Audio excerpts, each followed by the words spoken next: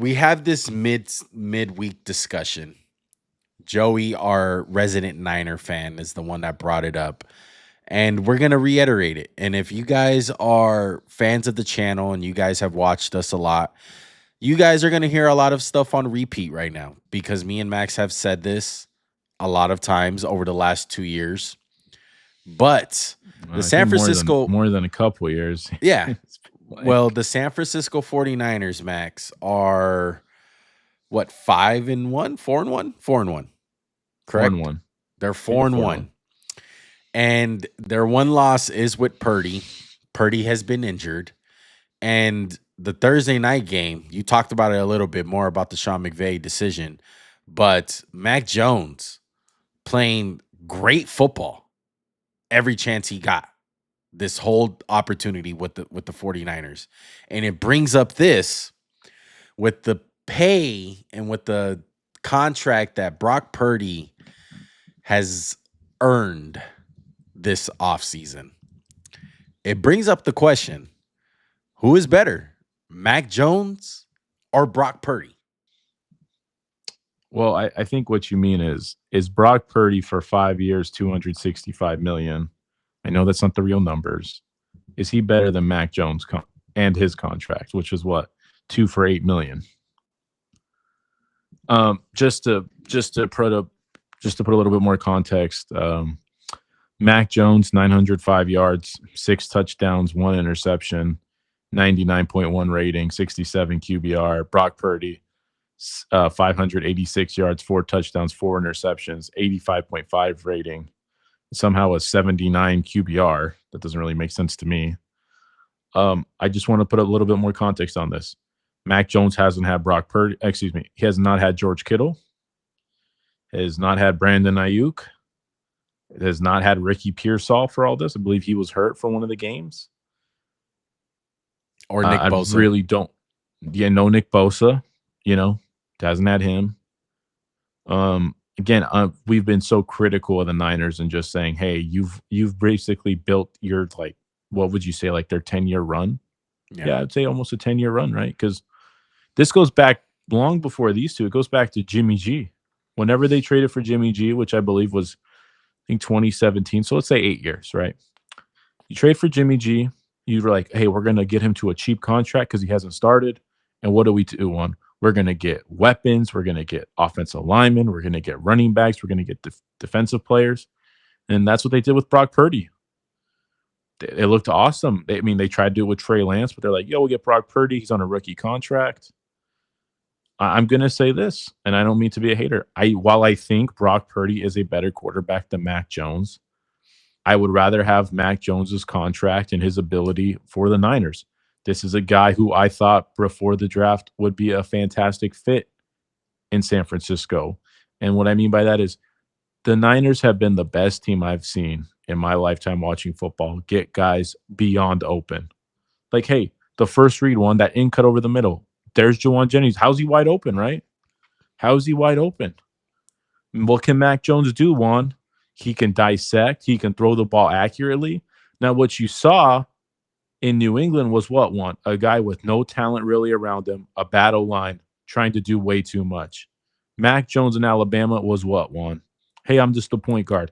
I got Henry Ruggs. I got Jalen Waddle. I got all these first rounders. I'm just going to throw him the ball. They won a championship with Mac Jones. Let's not forget.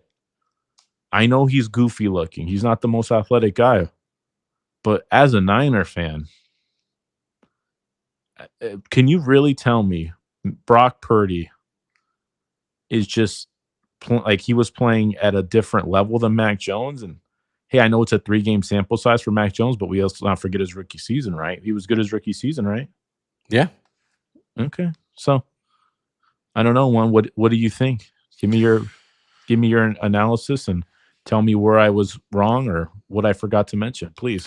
Look, I have the same thought process as you. Kyle Shanahan is a quarterback friendly coach.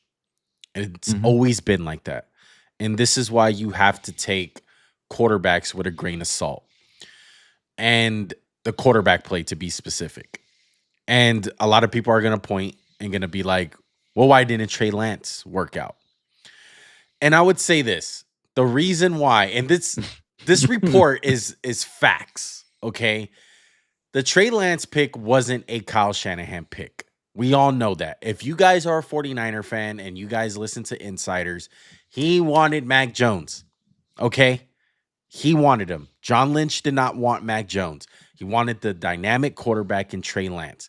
But what is the major difference between a quarterback like Trey Lance and quarterbacks like Brock Purdy / Mac Jones? Is that they're going to listen. They're going to play within the system. They're not going to play out of the system where it's just like, I'm going to go rogue. I'm going to use my legs, blah, blah, blah. Like, I'm going to have first reads. No, like Trey Lance is a more dynamic guy, a more project guy. It's going to be a lot harder. He's not going to play within the structure of Kyle Shanahan's offense. Kyle Shanahan is not going to have full control over the offense of a guy like that. Now, with Mac Jones and Brock Purdy, he has all the control. Those guys listen. Those guys are going to do exactly what Kyle says. And yeah, are they going to have improvising plays? Yes, that's football. But the majority of the offense is going to be called by Kyle Shanahan, and the quarterbacks like Mac Jones and Brock Purdy are going to run it to the T. And that's what he loves. And that's what we have always seen. Once upon a time, we seen a guy like Nick Mullins be successful in a system like Kyle Shanahan. Yeah. Jimmy Garoppolo. Jimmy Garoppolo, like Max said. Hey, he wanted to trade for Kirk Cousins. Let's not forget. Let's not forget, out of Washington, he wanted Kirk Cousins. It's a fact. Yes. And me and Max are always saying this. Like, there's only maybe like 4, maybe 5 elite guys in the NFL where they have it all. They're game manager pluses, they're elite quarterbacks like the Josh Allens, the Lamars, the Patrick Mahomes. They can do anything. Yes. They can be whatever you need. Just, I'm sorry to interrupt you, but I just wanted to hammer that home. If you need the game manager for that week, they'll game manage. Right. Like, continue. Yeah, 100%. And there's only 5 of those guys. And it's hard. Some people find it hard to swallow that pill because week after week, guys have great weeks like a Mac Jones, like a Dak Prescott. But in reality, a lot of these guys are either game managers or game manager pluses. Okay, they're not elite guys.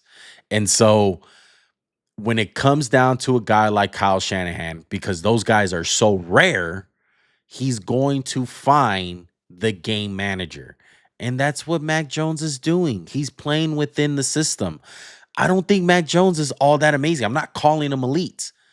But the problem, this is where me and Max have the problem, is that when a guy like Brock Purdy was doing his thing and he was having an MVP type season and everyone was, oh my God, Brock Purdy, he's the guy. He's a top 5 quarterback. He's an MVP candidate. And it's like, bro, let's take the context of this. Let me remind you who this man plays for. It's Kyle Shanahan. Kyle Shanahan's the MVP. Christian McCaffrey exists. These weapons exist. And it's like, with Mac Jones, it just shows it more. It's just, this is more like a victory lap for me and Max, more than like a talking point. And I see it continuing. I do. Maybe not a Super Bowl win, but they're going to be just fine because Mac Jones is going to be able to run the offense. It wasn't that much of a drop-off going from Brock Purdy to Mac Jones. It wasn't that big of a deal. Let's not pretend like Mac Jones wasn't just thought of as a complete crap QB before this year. What had he done to make people think he was capable of this? I know he had a solid rookie year one, but even a guy like Sam Darnold, who kind of had his struggles, there was a lot more like glimpses than Mac Jones, right? And again, like I agree, I'm not saying Mac Jones is playing elite. He's playing awesome. But I think what he's doing is proving to people like Sam Darnold, hey, I can be a starting quarterback. I can live in this system. Hey, and not every quarterback is made for this system. I don't think Jalen Hurts would be a great system fit for Kyle Shanahan. I don't think so. I don't think Jalen Hurts is elite. Just to go back on what we were talking about with the Eagles, but I think the way this guy needs quarterbacks to play out, Kyle Shanahan, Mac Jones fits it perfectly. Yeah. Really does. Yeah, and I've been saying this for the last like year and a half, I feel like, and I sound like a broken record, but coaching matters in the NFL, and there's a lot of guys in the league right now that get mixed up with being an elite quarterback because of the system and the situation that they're in. Well, yeah, you put up good stats, you're elite, and nobody knows this better than me. And I'm going to say, Jalen Hurts is not elite. I do think he's a tier up from Brock Purdy and other guys, but he's not elite. If you offered Jalen Hurts for Josh Allen, I would be pounding on the tables. Yes, yes, yes, trade him right now. I don't care. Don't care. No offense. Like, I think one would agree with me. Yeah, 100%. But we get confused where these guys are also. I think what happens with these guys who aren't elite, like Josh Allen and stuff, they get called elite, and then you have fans who say they're garbage, and then you have people who say they're garbage, but they're not. They're good. Yeah. Right? Like, that's what happens. Like, because then it's like the media's like, we're going to take this narrative and say, Jalen Hurts was not the Super Bowl MVP. I don't care how well he played. He was not the most valuable person in that game. It was the defense. The defense won that game, just like Tom Brady's defense in Tampa won him that game. They did not deserve it. It did not make Jalen Hurts a superstar because he won Super Bowl MVP.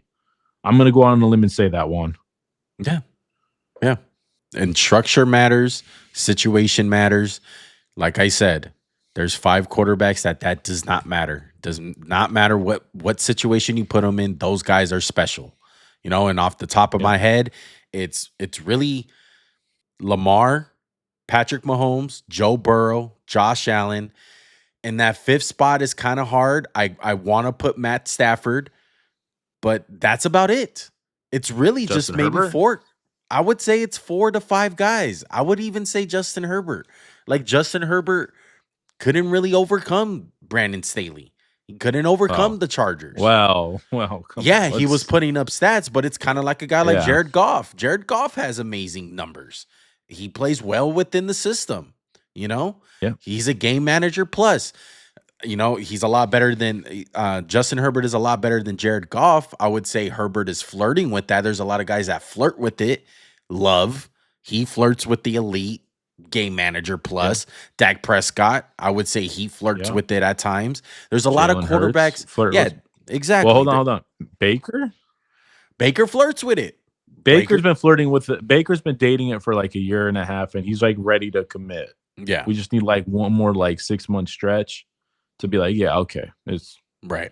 It's Baker. But going back to the main topic, it's really just a victory lap of saying, like, if there's Brock Purdy, like, defenders here, I would love to hear the explanation. One, say, do you really believe that Brock Purdy is that much better than Mac Jones? Number one. And number two, do you kind of take back, even if you were a person that was saying during the MVP talk that you were wrong? I know it's only a 3-game sample size. We'll see what happens as far as like Brock Purdy getting healthy and see if he comes back and starts. But as far as right now, it's just proving the point that me and Max were pounding on the table when that whole MVP talk was going on. It was like every week me and Max were coming on here and saying, why is this guy getting so much praise? Yes, he was playing amazing. He was playing great within the situation that he was in. But he's not no elite quarterback. With a first team all-pro wide receiver, a first team all-pro running back, with a first team all-pro tight end, with a second team all-pro receiver. Like, let's be realistic, guys. I love what you just said, Juan. If you're a Brock Purdy fan, please let me know what I'm not seeing, or just tell me where we were wrong. I'm just gonna end it with this: Jimmy Garoppolo, Nick Mullins, Mac Jones, Brock Purdy. Kyle Shanahan has made this offense look good with a lot of quarterbacks. The quarterbacks have not been the common denominator of success for this offense. CJ Beathard. It has, CJ Beathard, thank you.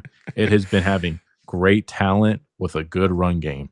and then having quarterbacks who all share the same thing of good decision making in the like really quickly, like quick decision making, accurate short throws. That's about it. That's processors, been great the intermediate processors. stuff.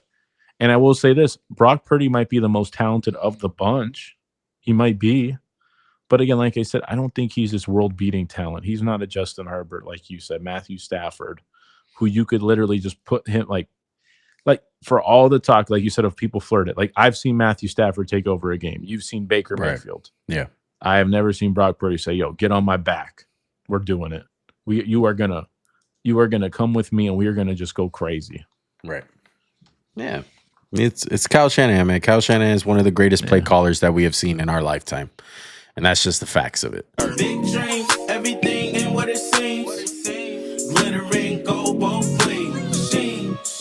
Not on my team. This organic.